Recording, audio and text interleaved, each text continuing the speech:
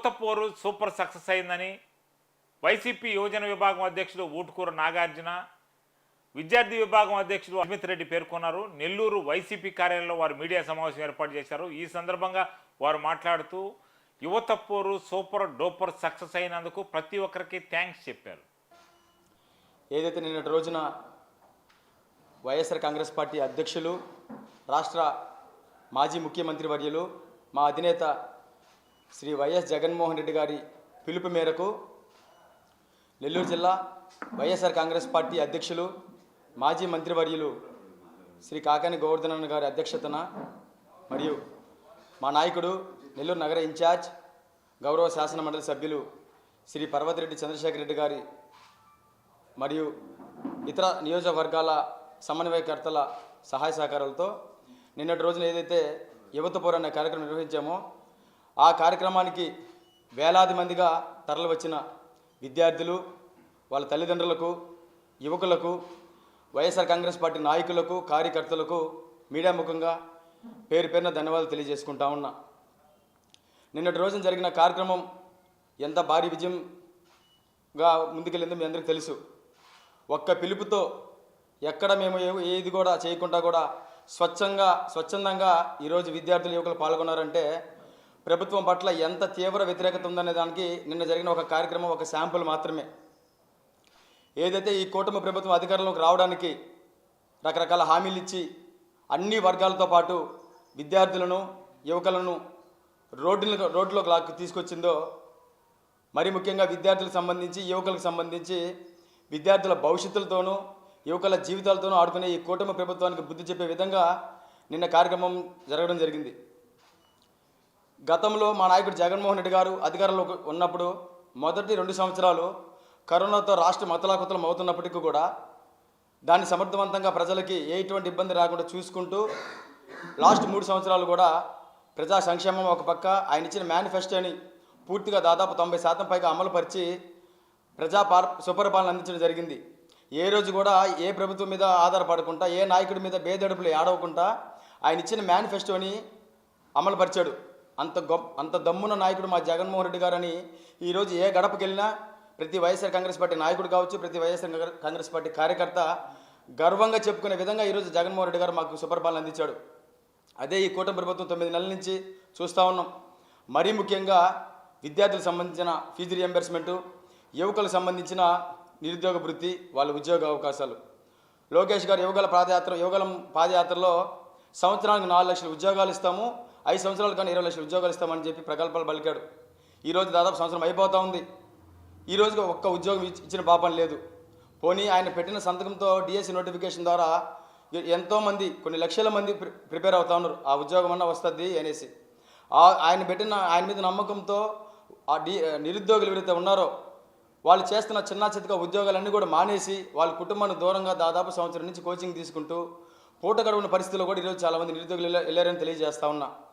కనీసం notification late అయిన తర్వాత అన్నా సరే నిరుద్యోగ భృతి కింద 3,000 ఇస్తాడు అని ఆశతో ఎదురు చూస్తున్న నిరుద్యోగులకు కూడా వాళ్ళ ఆశల మీద నీళ్లు చల్లడం జరిగింది.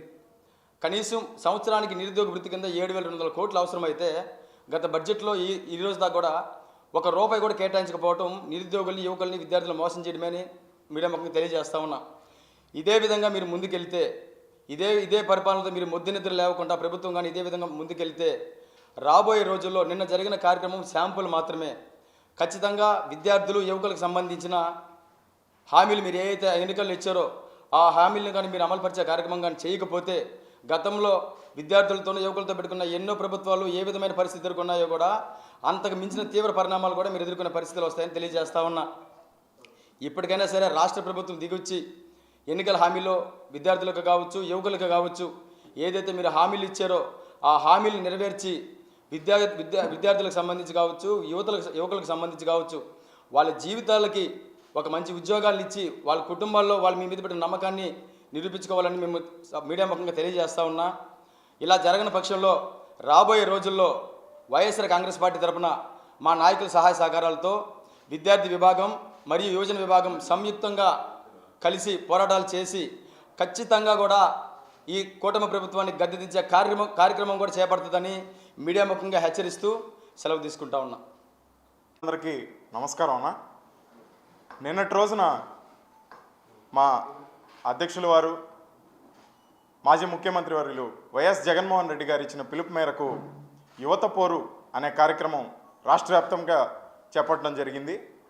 అలాగే మన ఉమ్మడి నెల్లూరు జిల్లా కందుకూరుతో కలిపి మా పెద్దలు మాజీ మంత్రివర్యులు కాకాణి గోవర్ధన్ రెడ్డి గారి అధ్యక్షతన ఇక్కడ నెల్లూరు జిల్లాలో ఈ కార్యక్రమం చేపట్టడం జరిగింది. ఎన్నో బూటకపు హామీలు, బూటకపు వాగ్దానాలతోటి గద్దెనెక్కిన ఈ చంద్రబాబు నాయుడు గారి కూటమి ప్రభుత్వం విద్యార్థుల్ని కూడా ఎక్కడా వదిలిపెట్టడం లేదు.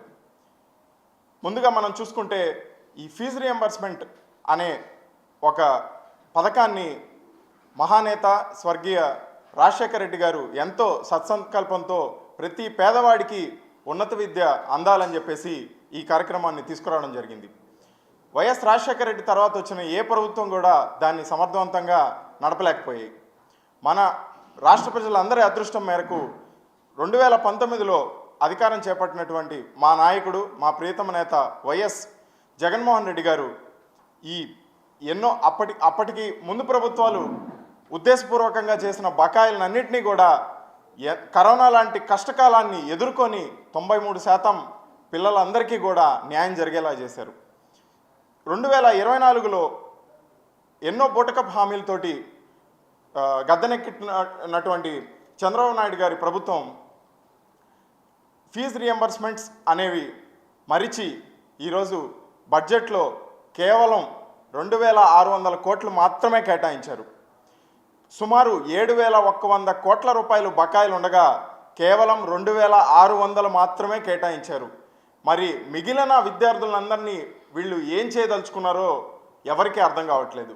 ఎందుకంటే సుమారు ఒక విద్యా సంవత్సరానికి 3900 కోట్ల రూపాయలు ఖర్చు అవ్వడం జరుగుతూ ఉంది. ఇందులో 2800 కోట్లు రియంబర్స్మెంట్స్ మాత్రమే కాగా ఒక 1100 కోట్లు హాస్టల్స్ మరియు హాస్టల్ ఫీజులు మరియు స్కాలర్షిప్లకి ఉపయోగించడం జరుగుతూ ఉంది. ఈ విధంగా కేవలం ఈ 2025-26 వార్షిక బడ్జెట్కి కేవలం 2600 కోట్లు కేటాయించడం ప్రజలందరూ కూడా గమనిస్తూ ఉన్నారు. విద్యార్థులందరూ కూడా ఈరోజు ఆగ్రహావేశాలతోటి రోడ్డు మీదకి రావాలనుకుంటా ఉన్నారు. ఈ కూటమి ప్రభుత్వం కళ్ళున్న కపోతిలాగా ఈ విద్యార్థుల్ని విస్మరించి ప్రవర్తిస్తూ ఉంది. మరోవైపు డిఎస్సి, మెగా డిఎస్సి అని మొదటి సంతకం పెట్టిన చంద్రబాబు నాయుడు గారు ఈ మెగా డిఎస్సిని దగా డిఎస్సిగా మార్చారు.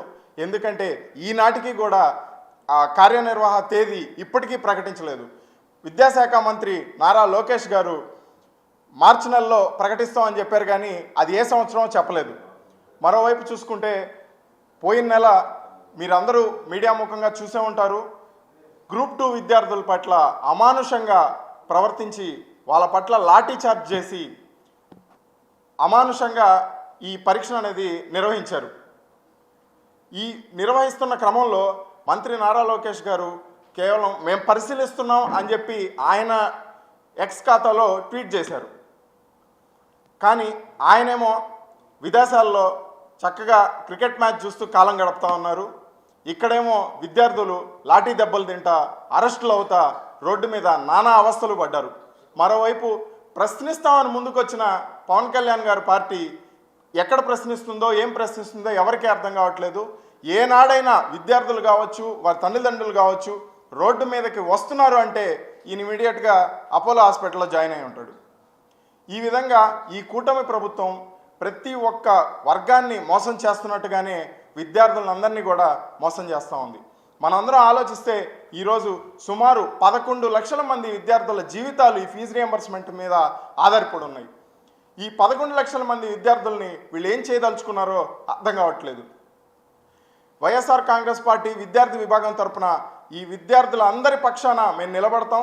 ఖచ్చితంగా ఆగ్రహావేశాలతో ఉన్న ప్రతి విద్యార్థికి మేము తోడుగా ఉంటాం, మేము అండగా ఉంటాం. వాళ్ళు ఏ సమయంలో ఈ ప్రభుత్వం పైన నిరసన చేపట్టినా మీరు అందరూ కూడా నిన్నటి రోజున చూసే ఉంటారు. వేలాదిగా కేవలం ఒక్క మా అధ్యక్షుల వారి పిలుపుతోటి ఈరోజు విద్యార్థులు రోడ్ల మీదకి జిల్లా వ్యాప్తంగా వచ్చారు.